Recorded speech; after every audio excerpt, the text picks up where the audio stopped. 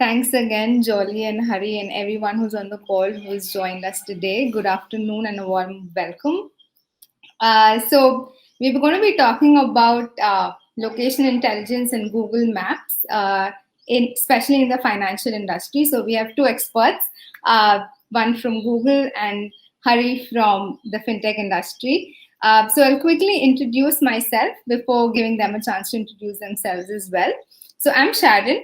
I lead the Southeast Asia business for Google Maps here at Sears. Sears is a Google partner, right? So, like you can see, we have Jolly from Google, one of the key members in helping us establish a business in Southeast Asia. And Hari, of course, from Socash, I believe one of our first customers from Singapore in the fintech space, and definitely one of the most innovative ones. So thanks again, Jolly and Hari, for joining us today. Maybe Jolly, if you want to go first and introduce yourself very quickly. Sure, definitely. Thank you, Sharon. And first of all, a very good afternoon, good morning, wherever you are, to all of you. Thanks for joining the call. And I'm really happy to see, we are starting right at 2:30 Singapore time, which is great. So a huge thanks to all of you. And I really hope that all of you are keeping safe, you're taking good care of yourself. And of course, this is something which we are, which we have to do. We have to run the business as usual. But I really hope everyone at your home is also safe. So please take care. And yeah, now getting back to the business, introducing myself, I am Jolly. I look after Google Maps sales for Southeast Asia and Australia, New Zealand. I joined Google around 5 years back in the Maps team. And since then, I have been looking after Maps business. And before Google, I worked with IBM, Ericsson, and all along in sales. So yes, I have a fair share of experience talking to the customers, learning about the business challenges. But of course, I would really love to speak to each one of you if possible. And if we have time today, we can do a Q&A. And as Sharon mentioned, it's not two experts, it's just one expert. Hari is the one expert here in the fintech industry. My level of expertise or knowledge would be very minuscule as compared to his. So I would hand it over to Hari for his introduction. And a big thank you, Hari, for joining the call today. Thank you. Thank you, Jolly. And the Sears team and the Google family, thank you for this forum. And it's great to be here. My name is Hari, and I'm the co-founder of Socash. Our journey would be incomplete without location intelligence. So what our platform does, we're headquartered in Singapore, but we operate across ASEAN markets, primarily Indonesia, Malaysia, and wherever banks are going digital or digital banks are coming up. And our goal really is, how do we take banking to the customers? We have created this awesome network of over 20,000 plus shops, retailers. These can be supermarkets, convenience stores, which are currently used by incumbent financial institutions, banks primarily, for delivering banking services. So that would be payment solutions, cash management. And we are now seeing more and more customer engagement opportunities, as the banking landscape accelerates to a more digital framework. So what Socash does really well is take banking out of the traditional distribution, which is branches and ATMs, and bring it out closer to consumers. We have been, as Sharon mentioned, our partnership with Sears has been extremely productive. We have co-built several products, and we use a lot of Google services across Map and Cloud in our product. And I'll be happy to share, as this conversation goes ahead. Thank you. Thank you so much, Hari and Jolly. I'll quickly run all of you through the agenda today. We've covered the introduction. And going forward, Jolly will be sharing a little bit about location and intelligence in the financial industry, the why and the how. And then we'll move on to understand more from Hari about Socash, their journey with maps, location intelligence. And last but not the least, I'll be covering a few important use cases that we see across this industry, especially with respect to Google Maps. With that being said, Jolly, over to you. Thanks, Sharon. Yes, so I'll start this presentation with just telling you guys that how we operate first, and then we'll go deep dive in different use cases. So basically, Google Maps is a suite of products. We vary from retail to logistics to fintech to all the businesses. In fact, it is said that 6 out of 10 searches are location-based searches, which means that today, if you try to open your phone and try to search for a dish, maybe you write a sushi or any other example, you will not find the recipe of sushi. You will find the restaurants which provide the best possible sushi near to your location. That's how location is becoming more and more popular. And needless to say, in last 1.5 years or 2 years now, actually, in the last pandemic, we have seen how location could be so critical to our personal life as well as to our businesses. So that's where, within Google, we operate through our partners. And CS is our premier partner, and they'll speak more about themselves in next few minutes after we are done with our presentation. And CS is also Google Maps, Google Cloud partners, and it's an honor to work with them. So please, they really have an expertise on the Maps platform as well as cloud. So whenever you have time, whenever you want to explore more, it could be, may not just be for an opportunity, but just to have a conversation, please feel free to reach out to them as well as me. Okay, so now going back to our today's discussion, which is more on fintech. So actually, what I'll do is, instead of talking about APIs, about why location is important, etc., I'll try to show some slides where we'll be talking about some data and stats that how fintech industry is getting revolutionized, and then I will also tell you about a study which we did this year with BCG and what are the results we got from that study. So just to give you, to start my discussion, I would like to tell you that this world of fintech industry is changing, and most of you would agree to it, right? 2/3 of the world's population is still unbanked. Still, they do not use much of the financial services. But last year, we saw a huge growth in those people. There was a huge influx coming from those people to the financial services. And that there has been a rise of underbanked, there has been a rise of neobanks, a new set of banks, new fintech companies, so which is very exciting yet challenging. All these, excitement comes with new features, it comes with, new ideas, but at the same time, wherever money is involved, we get more cautious, we get more prone to fraud. So yes, this is an exciting time, but yet challenging. Millennials are now a pivotal demographics. That's very true, actually, and we kind of figured it out that 75 million millennials will move towards their middle age, which means they'll start settling up, which means they will start buying homes, they would start investing money, they'll start getting married, and that's where we see that just in next span of couple of years, there will be a huge shift of $68 trillion from baby boomers, which was the generation before, to millennials, which means this is the money which is gonna be used, and these millennials, like most of us are millennials for that matter. We are very, very particular about the services which we use. We are very particular about the platform which we use. If I talk to our parents, perhaps they would love to stick with one bank or one services for the years throughout their life. But as us, we want everything on a click. So yes, user experience is something which is very important. So is the popularity of these startups are growing up, no doubt about it. New banks and new challenger banks are coming up. They want to come. Socash is one incredible example of that how they kind of grew their business, in last couple of years.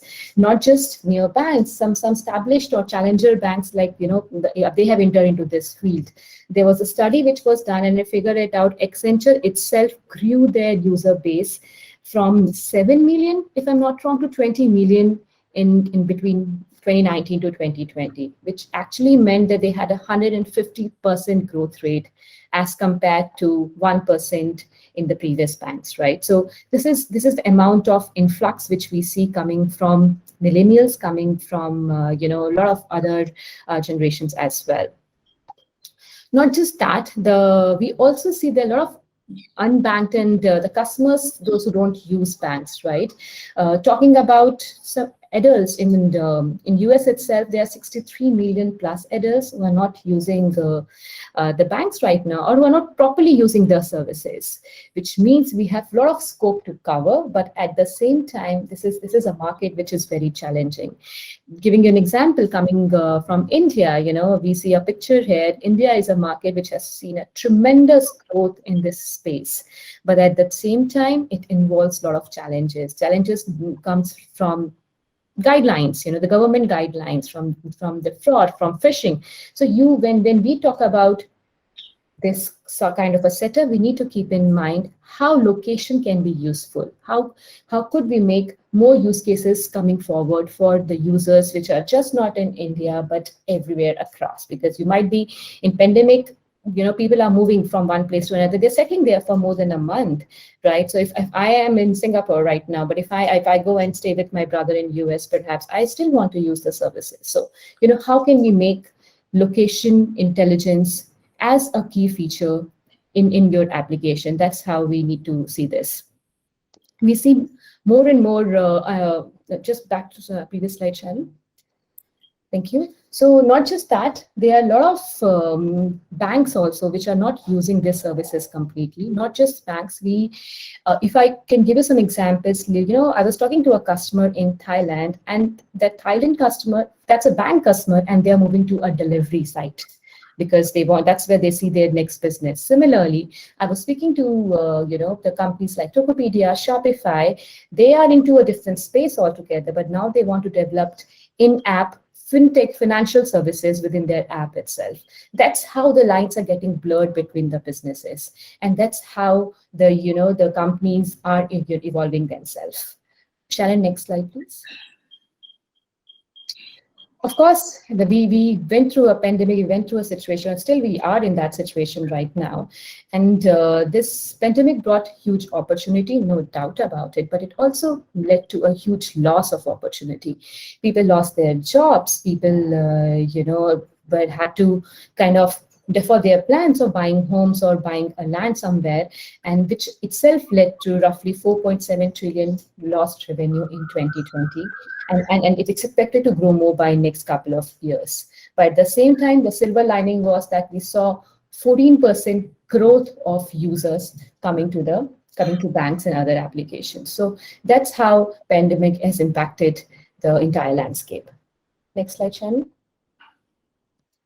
Yes, so yes, this was something how companies are behaving, how we see the users' behavior is changing during today's time. But what has been a very, very crucial to all the users is something which is location intelligence. Today, company like yours, they're trying to develop very rich, tailored experience. And this rich tailored experience for users is not a priority too. When say a year or 2 years back, when I talked to a company which is a fintech company, they would say that for us, the priority is different. For us, the priority is to say open an account. Location comes later. It is good to have, but it's not must to have. But today, when I speak to them, location is must to have. KYC is must to be done. Knowing where your user is, what sort of experience you are providing it to them is something which is table stake right now.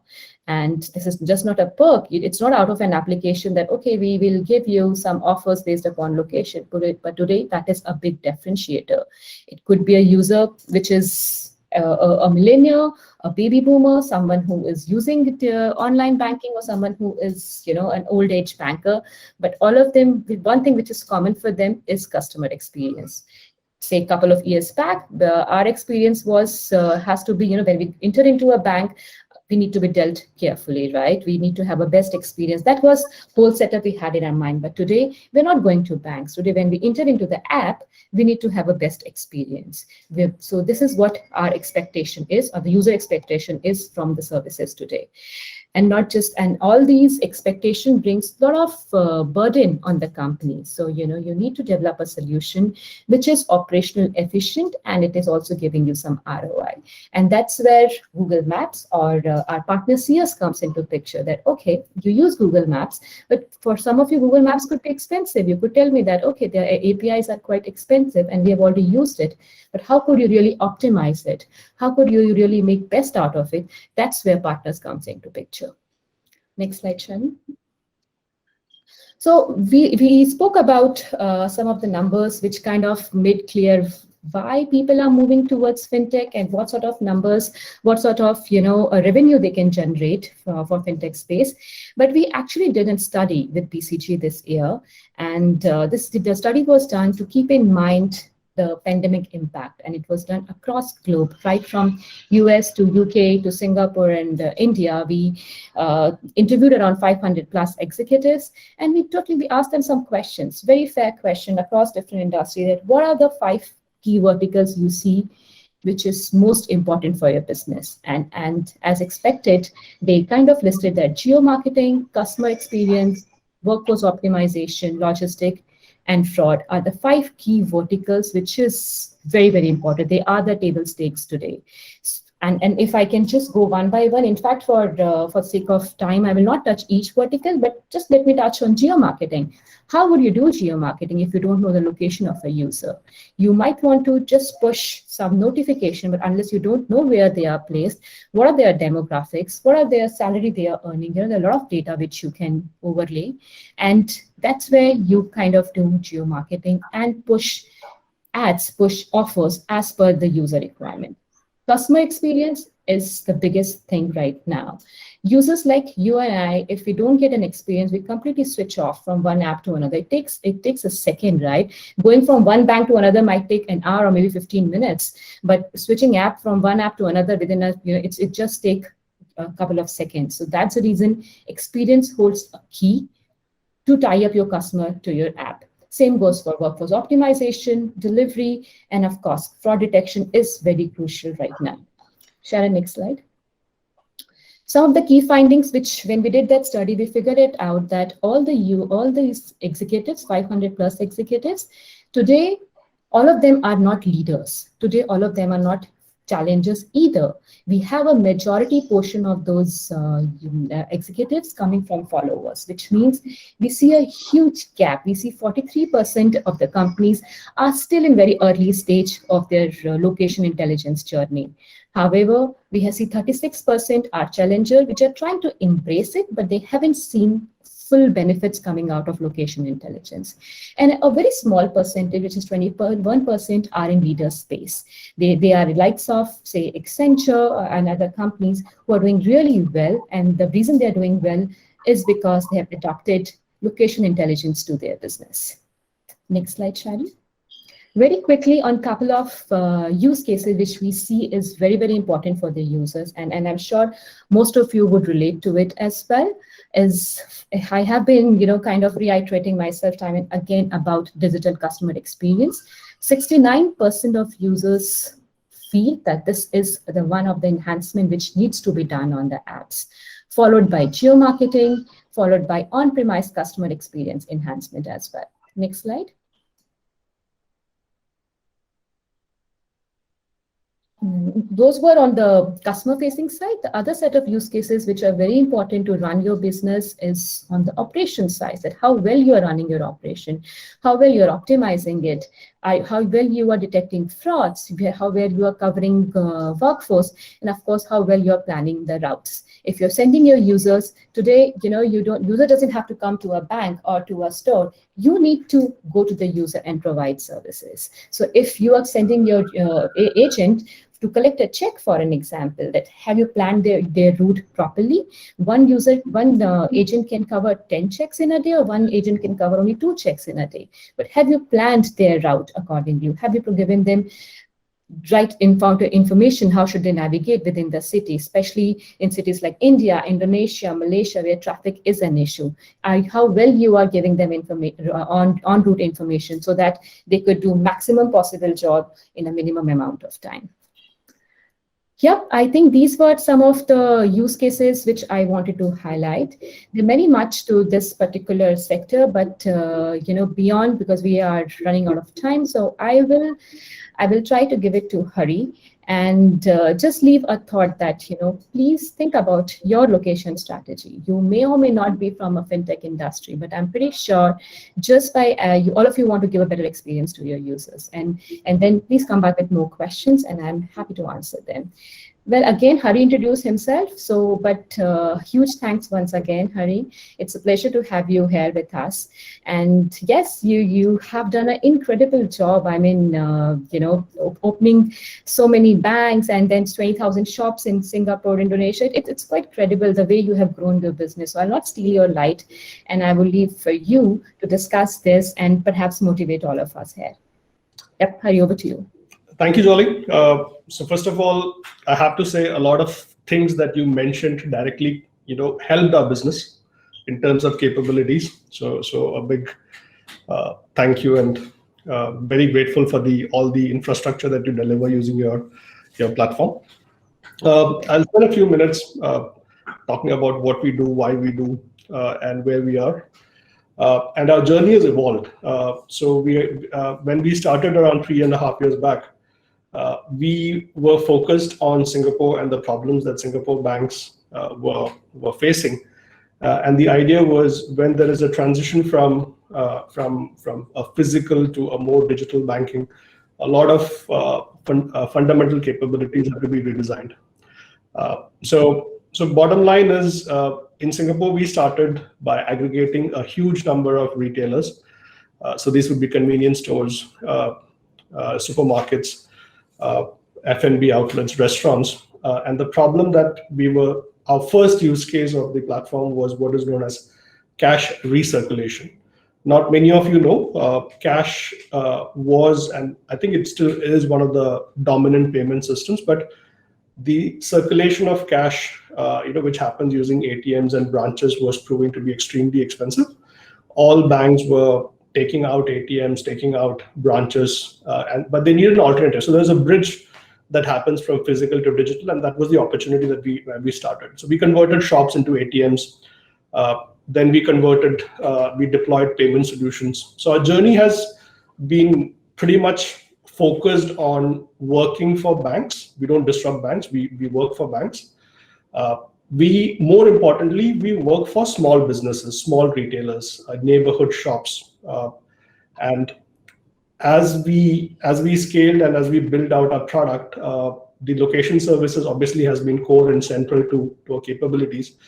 But in terms of products and services, we realized that you start with ATM, but then the demand comes for payment solutions. And then now we are seeing demand for banks asking us to deliver banking services. And this has actually increased during pandemic, because many of the branches were shut down and there were social distancing considerations.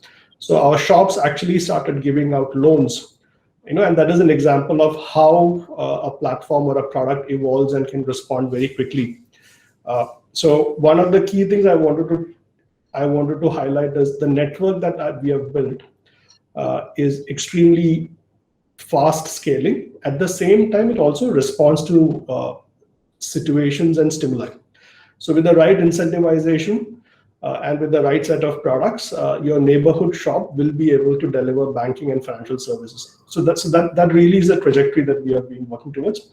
We have been very fortunate to get a lot of incumbent banks using our platform. But now we are squarely focused on delivering more payment solutions, more solutions which are focused for digital banks, virtual banks, which are coming across Asia. And how location-based intelligence data is important. I can kind of summarize in 2-3 factual anecdotes. Asia is like super big. So you have countries, Indonesia, India, Thailand, Vietnam. These are like big geographies, and you need to be smart when trying to build infrastructure and network to deliver financial services. So location is super important.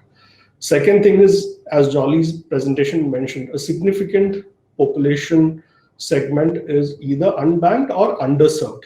So again, all the players that are jumping into the banking financial services would have to go segment focused, location focused, and and that is where the platforms like Google Maps really enable product to be delivered with the right market fit. And the third one is the unit cost. In olden days, banking used to be high margin business, but now banking, payments, etc., are becoming low margin, various reasons, which is good for consumers. But from a budget allocation perspective or from investment perspective, again, you need to do the right stuff at the right time at the right place. So that is also driving a lot of innovation and use of technology to make those variables fall into the right places. So again, we play in this space, which is at the intersection of banking, payments, and retail, and we see an incredible opportunity across the Asian market, and we are quite fortunate to get support from Google, Sears, and the entire ecosystem. Thank you. A quick snapshot, an example, and this is the most common example. We all just to explain what Socash does. So Socash is basically a network that provides banking services, and one of the first use case is cash withdrawal or cash deposit. So how we use Google Map on a consumer side, there is always a search. So instead of going to an ATM, what we do really is we find locations which have got excess liquidity. Of course, participating retailers. They always have money to deposit or put into bank, and so they really need to get rid of cash. Currently, they go to the branch or they are dependent on cash logistics companies, which is super expensive. So in our platform, every transaction starts with a search, which is a demand and supply matching. There is a lot that goes behind, in our processing engine. For example, we use location for controlling fraud. We use location for optimizing distances, so on and so forth.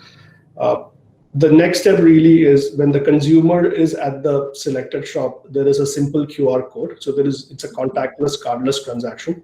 Most of our transactions across different use cases, whether it be payments, whether it be lending, is paperless, contactless, and we use that validation to complete the transaction. So let's say I want to withdraw $30.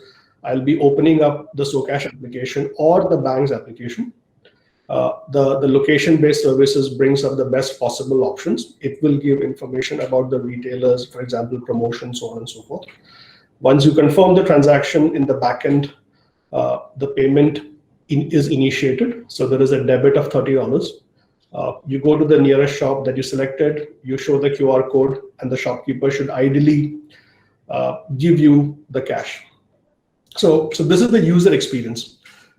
Now, taking a step forward, we also use the map APIs for intelligence. For example, we need to know if the shop is open. So again, location-based services are utilized. We need to know if the shop is super crowded or the traffic is very high. Then again, we use the location services to optimize, to give options to say, okay, this particular shop, which might be nearest and open, is like super crowded. So why don't you go to the restaurant adjacent to this particular shop, and it might work out better. So over the years, we have leveraged the Google Maps platform not only to complete a transaction, but also create experiences which we found are really helpful in driving engagement and building the whole feedback loop. Yeah, Sharon. Yep. So I guess I don't know how I did on my time, but this is an example of how we use Google APIs. Perfect. Yep, I think I have some follow-up questions for you, Hari. And Sharon, if you're okay, then perhaps I can start shooting some questions. Of course. Yes. Yeah. So Hari, it is an incredible journey. I could only say that you are a very forward thinker. People are now thinking about without touch or cashless economy, and you have been doing it for last many years. So, of course, you have been a forward thinker. I just want to understand more from you is more when did you actually thought of using location? Because I'm sure many companies, those who have joined us today, they might be thinking about location, but it could be in their plan B or plan C. When did you realize in your journey that, okay, location is key to my business and this is a time I should start, exploring about it? So when we did our MVP, like the basic demand and supply matching thing, and when we got the feedback that we can accumulate all the retailers, but people are not even familiar of their surroundings. So when we put out our MVP, we quickly realized that you really need a guided experience to tell that there is actually a shop which is right, which is probably 50 meters from your apartment, which is able to give all these services, because most humans are habituated, like they know their train stations, they know their their food courts, and so on and so forth. So, and we were having this challenge of just showing address doesn't work. How to get there, is needed. So that is where probably in the second iteration of our MVP for this ATM business, it was it was pretty obvious in hindsight, but probably the second or third iteration where we started looking, we put a map, then we said, okay, how do we make it better? Then we optimize, and it has always been part of that particular product. So that is where it started. Then we said, okay, we are scaling out, we are getting out into bigger markets like Indonesia, Malaysia. Can we build the network intelligently?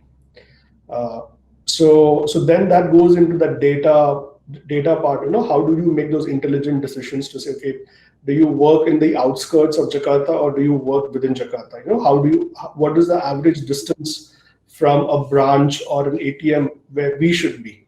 Like, is it going to be 500 meters, whether it's going to be 2.5 kilometers, right? So progressively, whenever we faced a problem, I think it has been a iterative. It has not been a static one build, and it has always been like that. But we have kind of iterated into whenever we found a problem that was solvable using maps. And we also learned from Sears. Like, for example, lat long may not exactly be the most accurate stuff, especially when you go out to markets like Malaysia and Indonesia. So you need to augment that. So it has been a journey. It has been like every quarter there will be something substantial we do, using maps. Of course. Wow. Yeah, I mean, I'm sure most of us would agree that, whenever we travel, and hopefully we'll travel soon, fingers crossed on that, and you need cash. You don't have local currency, especially if you're going to a flea market or a local market and you don't have a currency, you can't use your credit card, you can't use any other cashless payment. And if you have a closest ATM or a shop who can give you some credits, some cash, this is the next awesome thing one could, think about it. So yes, thanks for taking care of that. And it happened with me. In fact, I was in Singapore, we go to wet market to buy vegetables and all, and they don't accept credit card. But on all those wet market, all those HDB, you almost always have a 7-Eleven and an ATM. So you could use that and withdraw cash and use it for buying groceries. So thank you, Hari. It's an incredible journey, and thanks for including Google Maps to it. But pandemic has turned our lives. For all of us, personally, professionally, how do you think that it has changed your business? And any advice for the companies, those who have joined, that how they should kind of move forward, keeping in mind this new change? So pandemic is COVID pandemic has changed behaviors, consumption behaviors, right? Like, so most of us are locked up in our homes at this point in time. Across Asia Pac as Delta variant goes. Runs across, right? So consumption patterns have changed. Has changed. So from our perspective, we have seen a huge difference in demands from retailers. So the retailers who are asking to get rid of cash, which is what our platform does for them, asked us that, hey, can you connect the best and the cheapest pay? You mentioned credit cards are not accepted. So they will soon be accepted on our platform because we are creating a budget payment solution, especially focused on small merchants. So the retailers basically asked us to say, okay, you're solving my cash problem, but can you also solve my digital payments problem? So we accelerated. It was always in our plans to create payment solutions for this network, but we accelerated. We got the licenses. We accelerated, so that cash plus payment combination, is rather unique. Like normally everybody talks as cash versus cashless, and it's actually quite dumb. Because cash is the largest payment system even now in most of Asia. Like, if you look, as you mentioned, the markets. So that has been a big change. The second change has been the demand for financial services is increasing. And your old network of branches and ATMs and RMs are totally ineffective. Mm-hmm. Like now consumers would effect delivery of financial services exactly the same way as food get delivered or your e-commerce package gets delivered. So the proximity is becoming super important. Yeah. Who else better than the neighborhood retailer? May not be a 7-Eleven, but maybe the humble auntie who is like running a convenience store, who earlier used to sell like bread and jam and butter. So if you can create a platform for converting that shop into a banking delivery platform. So that is where we are trending to. The good news is there are new banks that are coming up. The digital licenses are out, and most of the winners come from a tech background. So it's the Grab, it's the Shoppees, and it's the Alibabas, who are building the next set of banks. And they are replicating their experience in e-commerce. They're replicating their experience in logistics to create better banking. And that is where our network is geared or is being prepared to deliver those products and services. I mean, they've been doing for e-commerce, they've been doing for telcos. And now I guess it would be the turn of financial services, which hopefully brings down the unit costs. So the banking should become cheaper, not only for consumers, but also for businesses. And this entire decentralization would actually take banking closer to the consumers, which would mean that the underbanked number that you showed in your slide should actually dramatically decrease, let's say in 3 years' time.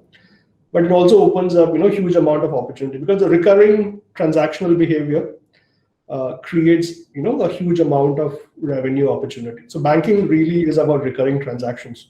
And if you can take them closer to where customers are. So it's like, we are working with Bukalapak in Indonesia. They just launched their embedded finance application. Mm-hmm. And imagine, you've got 150, 200,000 of their active Mitras, who will become banking ambassadors on our platform. So they're no longer not only selling mobile phone top-ups and, phone covers and, the e-commerce stuff, but they're really going to push banking services. And I think, that looks like an exciting progress because of COVID. If COVID had not happened, we would still be solving small problems. But with COVID, real problems that require real solutions are getting priority. Yeah, you're right. And somehow it has become a necessity right now. All of us are in lockdowns and we are going through so much of big change. It is no longer a good to have a thing, It is a must to have. And I'm pretty you must all be going through that now, even at our home, not just of our age group people, even our parents and the older generation, they are interested in this and they want to go ahead and have their online accounts, which is quite incredible, right? So thanks, Hari, for throwing some light on it. We are running out of time, but my last question, because Sears has been a really great partner to you and they have kind of worked with you in this journey. How would you define their partnership and if there's some areas where we should be, as in Google also, if we can more collaborate, it'd be good to know. But yes, how well you have worked with Sears, it's something for, I would like to know as well.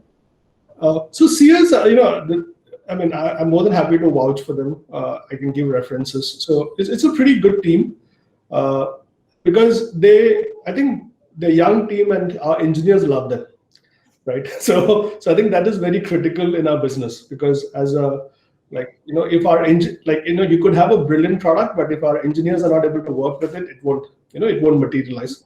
So I think the critical stuff is Ria and Sharon and Thript and all these guys. I think Yash was also, Yash started our relationship. So it's a young, on the, nimble team. when we have problems. We generally get it sorted at the Sears level. We don't have to come to Google and say, hey, how do we use this or how do we use that? And the other way also works. They come up and share these use cases, but they're not pushy. So they seem to have got that right balance, and we really value this relationship. Awesome. Yeah, even I love them a lot. It's great to have a partner like Sears. So yes, and Sharon perhaps must speak more on this, but I really want to share this news with you that Sears was selected as the JPAC Partner of the Year. And great job there. So good job on your entire piece. So we select these partners as a Google. We select out of number of partners. We see number of registrations coming from partners, and we select a partner which has done a great job across products, across Google products in technology space. And Sears has been our Partner of the Year, I think 5th time in a row. So great job there. Over to you, Sharon. Well, thank you, Jolie and Hari. So I had a few slides, just telling everyone about what Sears does. But I think Jolie and Hari have been so generous that I think I can go through my slides very quickly. But yeah, before I do that, again, thanks Hari and Jolie for sharing your insights. I learned a lot. I'm sure our audience got some insights as well. So very quickly, just covering the last leg of our presentation, I will run you through what Sears does, right? Who we are and what we do. Okay. So just some of the other customers that we work with as well in the region in the fintech space. I'm sure you guys have heard bKash, Home Credit, and Finicell, also known as Kredivo. So they're using maps across various use cases, right from customer sign up to displaying various stores as Home Credit does, and Finicell even for credit scoring, right? So there are a ton of use cases in the fintech and financial industry that can be accomplished using Google Maps. Feel free to reach out to us after this session to know more. Very quickly on who we are. So as we mentioned earlier, we're a Google Cloud Premier Partner.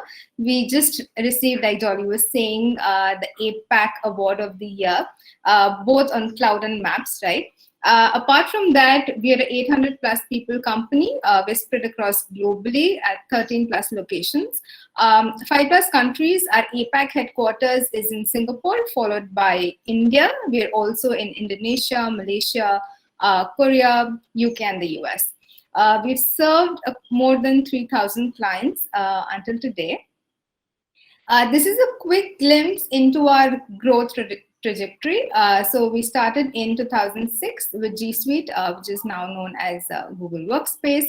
2016 is when we started our journey with Google Maps. In 2018, we received the specialization tag from Google, right?